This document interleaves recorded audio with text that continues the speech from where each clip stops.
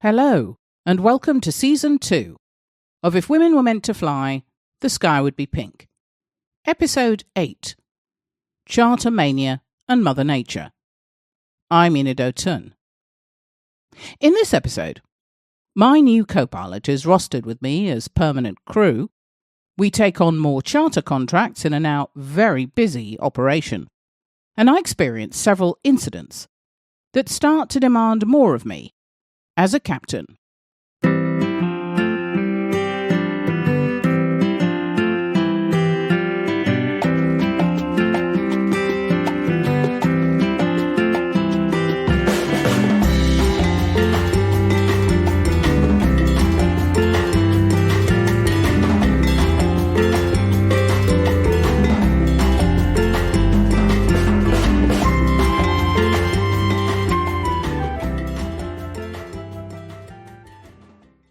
We were maxed out with charter inquiries so soon after our new aircraft arrived and after we had flown around the country as part of our tour to show off the King Air and crew. It was an exciting time, and before we knew it, we were taking bookings certainly beyond our expectations. Shell Oil had the vast majority of slots for their executive travel, and we found ourselves traversing the country north from Lagos to Kano and Kaduna, eastwards to Yola and Maiduguri, and as far westwards to Sokoto.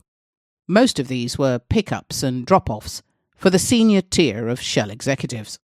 In addition, we often flew other oil company executives around the country as well, and our now often visited destinations were Kano, Jos, Abuja, and Lagos. Abuja was the official capital of Nigeria and was still in the throes of design and construction. Business and officialdom were being transferred from Lagos and often necessitated numerous visits just to get things done. We would often find ourselves night-stopping and spending time between the Abuja Hilton and Abuja Sheraton hotels. Both were brand new and ornate, and I must say, a very pleasant experience. The buffet was fantastic. The rooms were really comfortable, and the aircon was, of course, extremely welcome. The taxi journey from the airport was approximately 30 minutes through a series of brand new road links, including bridges. More than once, though, we would find ourselves travelling across a bridge that had not yet been completed, only to screech to a halt and have to stop and turn around to avoid dropping off the edge of it. Yes, really. Apparently, it was too much effort to put signs up to warn drivers of the impending danger. The construction firms left you to find out for yourself.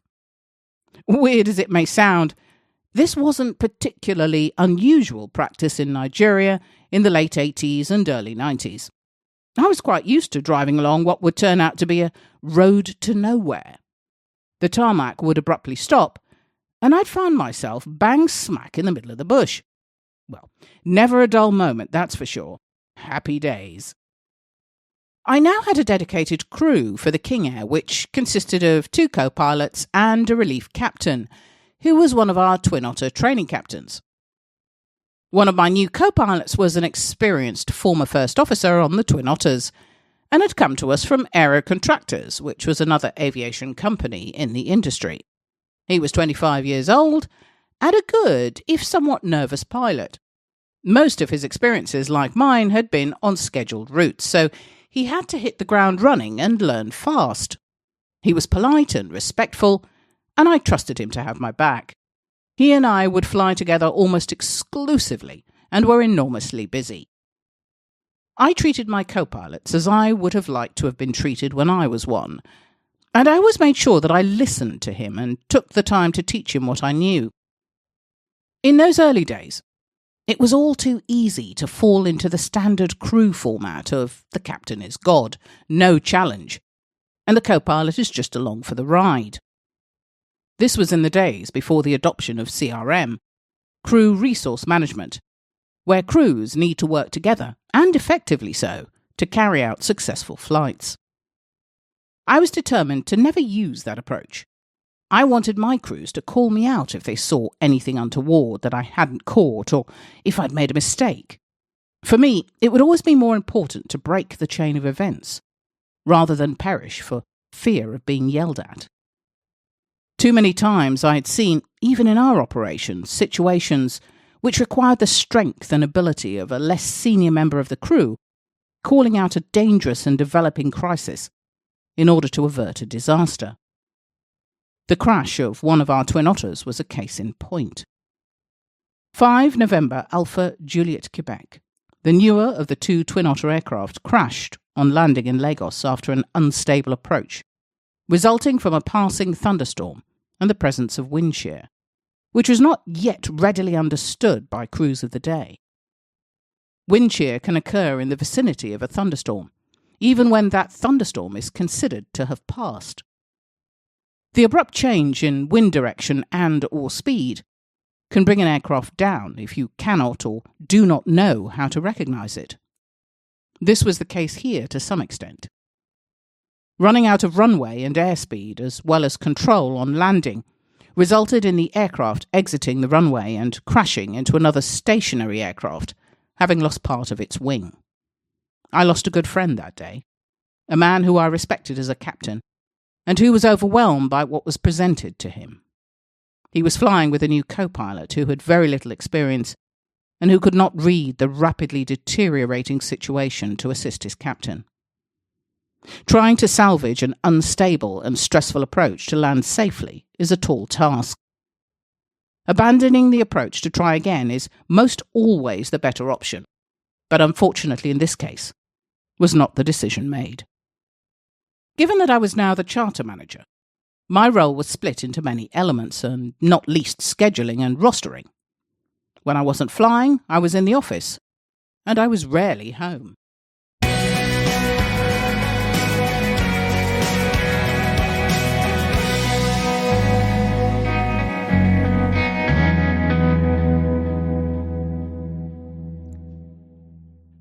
In the early days of the operation, we were feeling our way across the country, establishing contacts and relationships to fortify our network.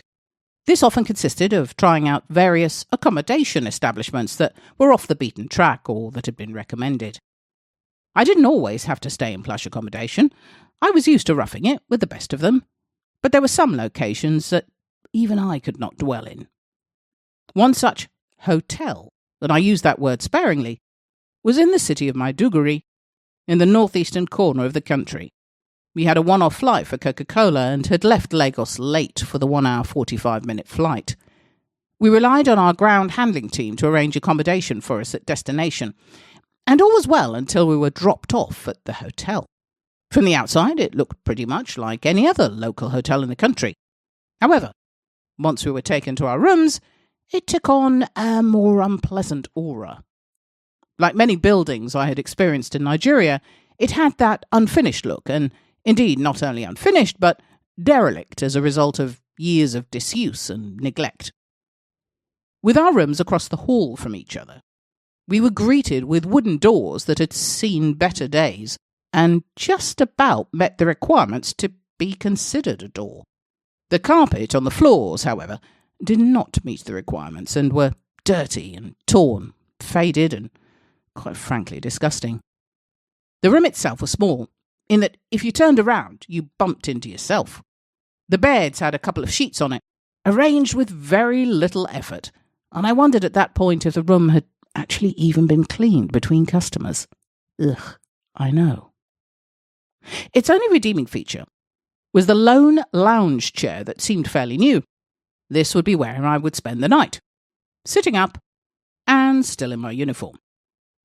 The next morning was a struggle, but both my co-pilot and myself were extra vigilant on account of very little sleep between the two of us.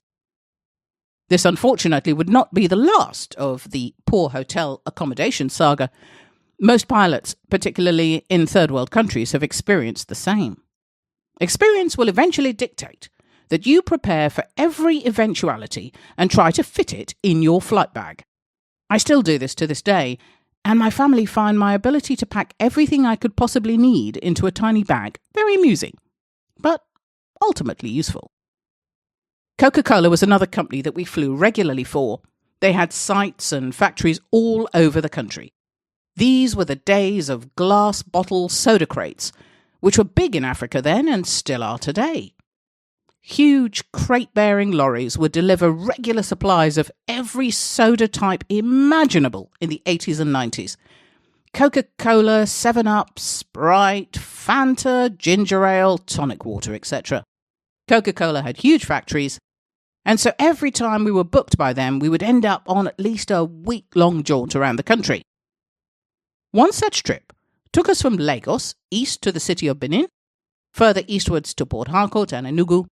Over the next couple of days, we would route northeastwards to Yola, Maiduguri, and then head westwards to Kano and Kaduna, before proceeding southwards to Jos, Abuja, Ilorin, and back to Lagos. One of the good things about these trips is that the customer generally always took good care of the crew and made sure we had everything we needed. In fact, one of my very first experiences with sandstorms would be with Coca-Cola on one such week-long trip around the country. Sandstorms were still relatively a rare phenomenon in Nigeria, but they weren't unheard of. On this particular trip, we were about to leave Abuja for Kano. Our departure time was 6 p.m, and myself and my first officer had arrived at the airport at 4 to carry out our pre-flight checks. It was starting to look dark and ominous out to the west of the airport as I walked to the control tower building to file my flight plan and collect the latest weather forecasts, leaving my first officer to complete the aircraft walk-around checks. Thunderstorms were prevalent at this time of year and were always a concern. Our route would take us north to Kano, and if we were lucky, we may be able to get ahead of the line of weather that was approaching the airport. After I filed my flight plan and picked up the latest weather, I walked up to the tower to speak to the controllers. Up here, I had a bird's-eye view of the surrounding area and the seemingly rapidly moving band of weather from the southwest. A huge band of thunderstorms could be seen, but mixed in with what seemed to be a developing sandstorm. I discussed the fast-moving situation with the senior air traffic controller, and because the weather front was escalating, it would now not leave us enough time to depart. In those days we had no mobile phones, and so had to wait until our passengers actually arrived at the airport. I went across to the passenger lounge to advise them that we would have to delay the flight until the following morning due to the weather conditions, and they were okay with that. By now, looking across the runway, I could see a rapidly advancing wall of sand. I raced out to the ramp where the aircraft was parked and was heartened to see that my first officer had started to tie down the aircraft.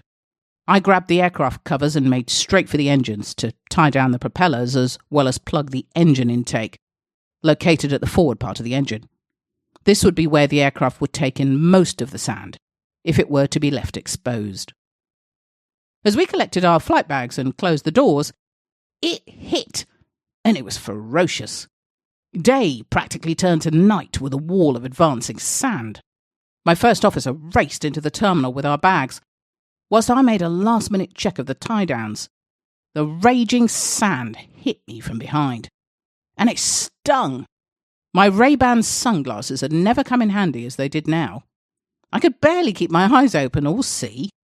I took cover underneath the aircraft for some brief respite from the stinging onslaught. But once I was certain I could do no more, I raced for the terminal. The sand overtook me, and in an instant, my black trousers were white and my white shirt was black. I certainly was not outrunning this storm successfully. I dived into the passenger lounge just as the storm hit the building. I wish I'd had a camera. It was hysterical.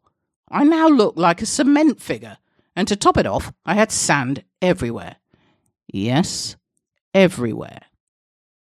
I took one last glance out of the window at the aircraft, twisting and bucking against the elements. I wasn't sure it would be in the same parking spot in the morning, but we could do no more than leave it to the mercy of the elements that we were powerless to stop. We drove back to the hotel and arrived just as the thunderstorm hit the city. It was going to be a wild night. From my hotel room, I had an amazing view of the weather sweeping through the city and northwards. The sandstorm had died out and been replaced by tropical thunderstorms, one after the other, known as the squall line. This could have extended for hundreds of miles, but for now I was just grateful to not be in the thick of it, trying to battle Mother Nature, who may pretty much have had a good chance of winning. I would live to fight another day. Thank you for listening. As always, your reviews and comments are very much appreciated. If you leave a review at one of our podcast hosts, do let us know. We would love to thank you by sending you an exclusive and amazing Pink Sky mug. Thank you to Lucy Ashby for the editing of this episode. If you would like to ask a question or make a comment, please do so on our social media sites. We're on Instagram, Facebook and Twitter, or just send us an email. Our email address is theskyIspinkpilot@gmail.com, or visit our website www.skyispink.co.uk. In the next episode, the King Air becomes my home as I ramp up the hours. More incidents help to shape my command experience, and I begin training additional crews for the charter operation with some eye-opening training flights. We would also like to take this opportunity to wish all our listeners, their families and friends a very happy New Year. Here's to a more hopeful 2021. Thank you and goodbye.